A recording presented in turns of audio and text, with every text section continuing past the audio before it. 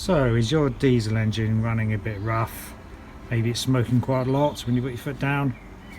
You might want to check the state of your injectors, because they might not be injecting the diesel in a fine enough spray, or they might be dribbling out when they shouldn't be. Most injectors, I believe, inject in a spray pattern of 5 squirts in a fine mist. So to get to the injectors, you usually have to remove the inlet manifold, as we've done on this BMW engine. It's BMW M47, as fitted to BMW 1 and 3 series and this Land Rover Freelander. Disconnect the wiring loom for each of the injectors, as I've started to do on this one already. You take this little metal clip out the side. That enables you to release the fuel return line from the top. Undo these 17mm nuts on this high pressure common rail, and one useful method that works on this engine is to not undo that nut very much, and to use the edge of the nut to, hopefully you can just about see that, to lever up the injector. And one thing I forgot to mention, of course, you've got to undo the 2 nuts, 8mm nuts, holding the injector down with this sort of clamp plate. Having done that, as I say, you can lever it up somewhat. You don't want to apply too much pressure, because this is a plastic camshaft cover, of course. And we probably want to remove these pipes a bit more so they don't get bent. As you could hopefully see, the injector was coming up.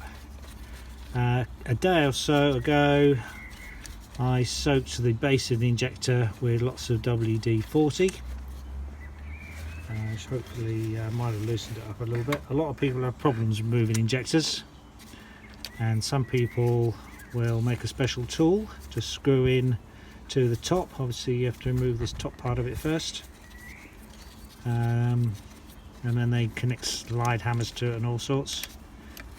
Other people have used the levering technique, which is what I'm using here, and other people just wiggle it side to side and then pull it out. But this one is coming out reasonably well, as we can see. Not too mucky, but you can see the WD-40 has got down there and loosened up a bit. A little bit mucky around the end, not too bad. What we're going to do is try and check the spray pattern for this. So I'm going to reinstall it with the injectors out in the open world, just to electrically connect one of them and check whether it gives out the 5 spray pattern or not. It can be dismantled and cleaned up. You see you've got a nut on the end, and that can be unscrewed to dismantle the internal plunger and so on. Make sure you get the copper washer out with it. You see this one at the end there is on the tip, fortunately. You need to install new copper washers when you put them back in again, which are readily available on eBay. Similarly, with the little rubber O-ring that goes on the piece of plastic that goes in the top, should be renewed when they're dismantled. Again, on eBay, see the video description for buying links for those. The other measure I took to ease removing the injectors is to run the engine till the block got warm, which expands the metal and helps to loosen them up somewhat. You can run it in this mode with the inlet manifold removed, and so that then gives you a short delay between running it and removing the injectors, so it doesn't cool off too much. I've got one of the injectors electrically connected, this one here. The other one's disconnected, so these ones shouldn't be firing, so we can check for leaks from these injectors.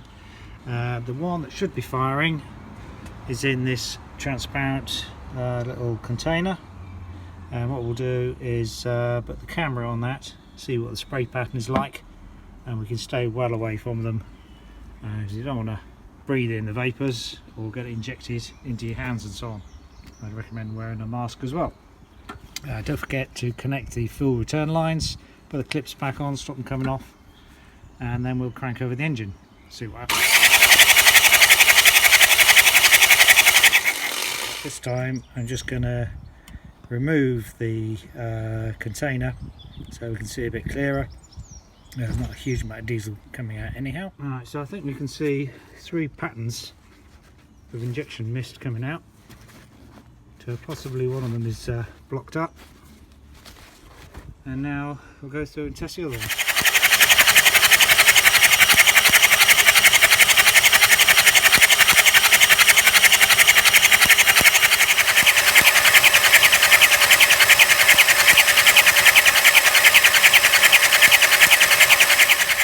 So you can see that last one was a bit inconsistent, and you can see why you should keep your hands away from the injectors, because they punch tiny little holes through the paper. Keep your hands well away. As I say, wear a mask. So next we're going to try and take the tips off and see if we can test them by squirting some liquid through them that I've seen other people do. Next we look at dismantling these injectors, and what you need to do is get a 90mm spanner on one end, probably put your knee on it or something, and then we need a 15mm socket the other. It needs quite a lot of force to shift it, like so. This part then unscrews. You can see it's quite cruddy here. Clean a little bit of that away. The tiny injection tip, or the holes around the tip, is this piece at the end, and when it's clean you can just about see with your eye tiny little holes, 5 all the way around it. I don't know whether the camera will pick it up there, probably not. This just then unscrews. Be a little bit careful of all the parts inside, and try and keep it all very, very clean. So here you reveal the insides. This little collar comes out, so you have to be careful with that. See how it fits together as well. 2 little studs fit in the holes inside there. One thing you've got to be very careful of when you take it apart is see this pin sits on the collar, but inside that little collar, and you can see it's just come out and been left on the end of the spindle, is a tiny little disc. Let's try and pick that up with a magnet. There we go. See that tiny little disc there? Tiny little disc goes into that tube and basically sits on the end of the rod. So make sure you don't lose it. Easy to do that. This shroud comes off, that can be cleaned later. And then, if you're lucky, you can get the central plunger or pin out. That's the bit that controls whether the fuel comes to the tip or not. What you can do is get some brake cleaner, put it in that side hole, that one there, and squirt, and it should just pop out. If you position it in that sort of orientation, then the nozzle of your squirter will stop the needle coming out all the way. So give it a squirt, and you can see the needle pops out just with that small amount of pressure. Should be enough to do that. At the same time, actually, you can see it popping out of the nozzles as well. Quite a tight fit, that is. You can give the end a bit of a clean. There's a little bit gummed up on this one. And to test whether all 5 holes are open or not, put a can of brake cleaner through it and give it a squirt. So I wasn't particularly happy with the spray pattern out of the nozzle. One seemed to be blocked. I was going to get 4 spurts, and some of them seemed a little bit different between each other, a bit inconsistent. So what's great at cleaning? Well, jet washing, of course. So I'm going to use my jet washer to jet spray the end and clean out the nozzles. This is going to get messy.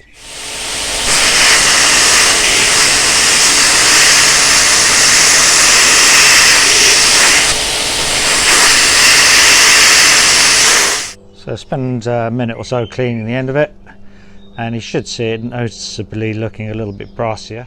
Hopefully you can see there, the one on the left has been jet washed, the one on the right hasn't. Doesn't remove every single bit of carbon. Hopefully it's enough to unblock and clean up the holes. Of course, if you've got an ultrasonic cleaner, use that. That's what most of the professionals use. But if you haven't, maybe this is a good substitute. Of course, clean out the water with brake cleaner. And then we can test that nozzle pattern again. I think it's best to put the pin in. Creates a little bit more pressure in the head then. And you can see there is a very nice consistent 5 jet shoot out of the end, which is better than it was before. So the end needle should move in and out fairly smoothly. If it doesn't, try and squirt in some brake cleaner and move it up and down quite lots of times to remove perhaps any varnish that's in there. You might need to give it a good hard tap to get the pin to come out, depending how stiff it is. But make sure it is fairly freely moving. The other thing you can do is to check out and clean the fuel supply and return lines. So this fitting on here will unscrew. It's got a washer in the end, make sure you don't lose it. What you can do is get your brake cleaner, position the nozzle over that large hole in there, and what you should see is fluid coming out of this hole at the end. Yep, that just about showed it. And then the other thing you do is squirt it reverse flow down the return feed, which is at the end, and see if you get a dribble out of the central shaft. It's a little bit, again, a bit difficult to do, but yep, again we get that as well, so the flows are all good. And then that goes on that, so you can see it's actually, sprung loaded there. An internal spring that's keeping the injector shut. Give us a scrap clean as well.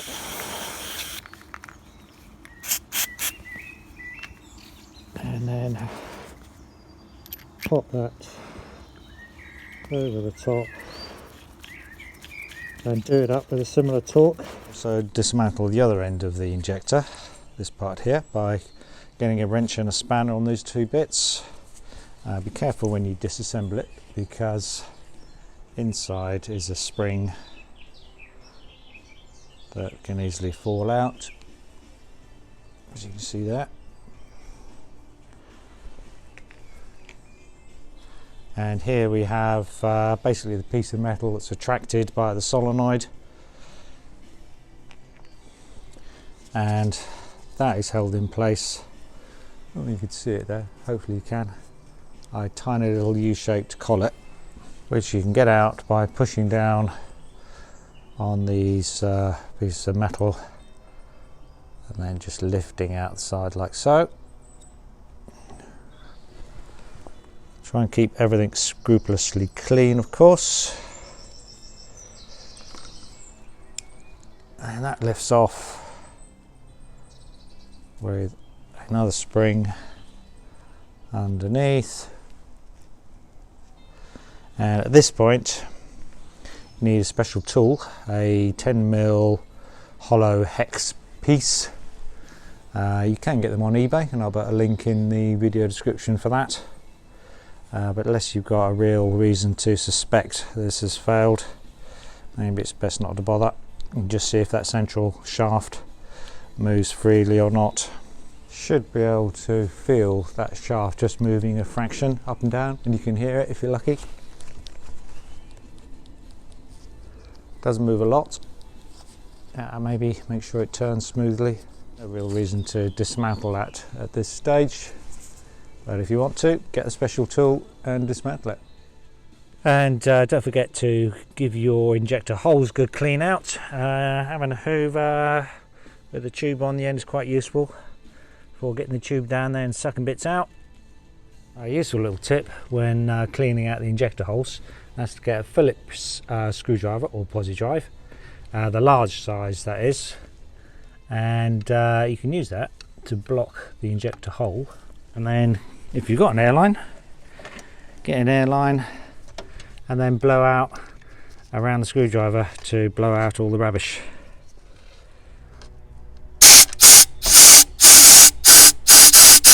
sort of like so. So when refitting the injectors, don't forget to get new copper washers, which you can get quite cheaply on eBay. You probably could drop them in the hole, or maybe put a little bit of grease on the end, get them to stick to the end of the injector while dropping them in.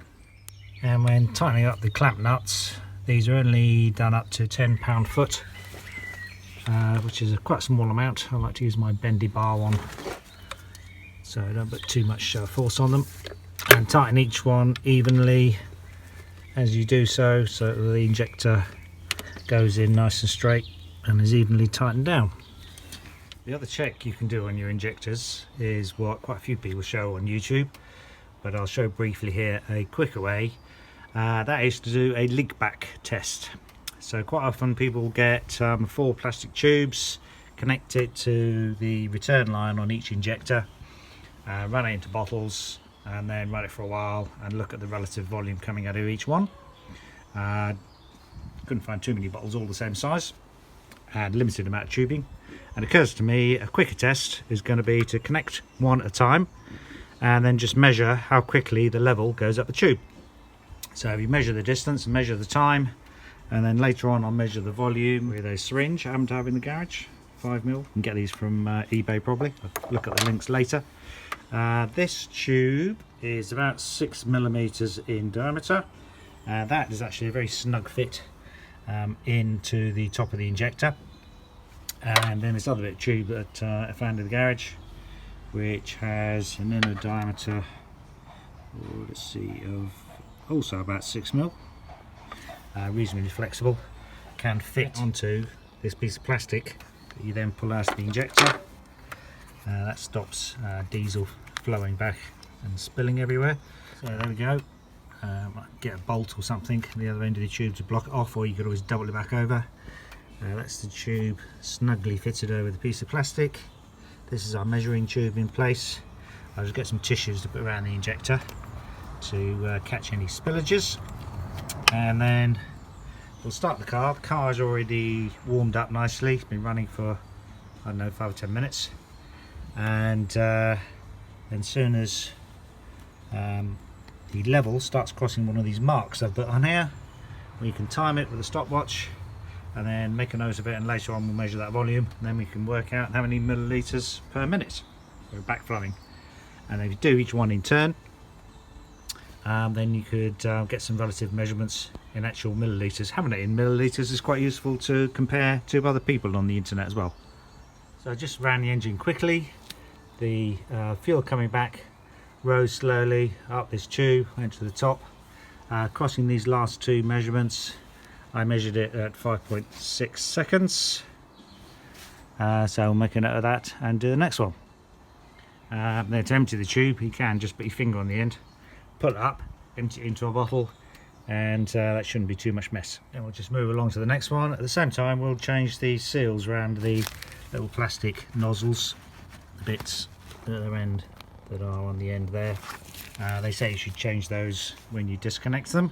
Get these from eBay, links in the video description. I have to move this wiring harness out of the way to get to these later injectors, and that's held in place by these Torx headed bolt screws, and you'll need an E6 socket to remove those. Then that just gives you a little bit more room around each injector. So on to the next one. It's a little bit tighter here because we're only doing one at a time, and of course the first one, the left one, has to be connected. So the tube just comes around here. Make sure that transparent tube is jammed in nicely, doesn't leak too badly, or doesn't leak at all in fact, otherwise it'll affect your flow rate tests. Right, let's start it again. So all of the measurements were around about 7 seconds, plus or minus a second. I'm not going to worry too much about that. So let's work out the volume. So I've put a little bit of diesel fuel in the tube, got a syringe with some air in it, plugged it in there, and now we will push the air in until the level of the diesel just gets up to where our mark was, where we started timing, and we're on exactly enough 5mm there. Push it down until that level goes up to the next mark, which is where we stopped our timing watch, and that's about 1 milliliter. That's quite handy. So 1 milliliter in about 7 seconds. Let me know what yours is. So that's how I dismantled, stripped down, cleaned and tested my injectors. Good luck with yours and thanks for watching. Bye.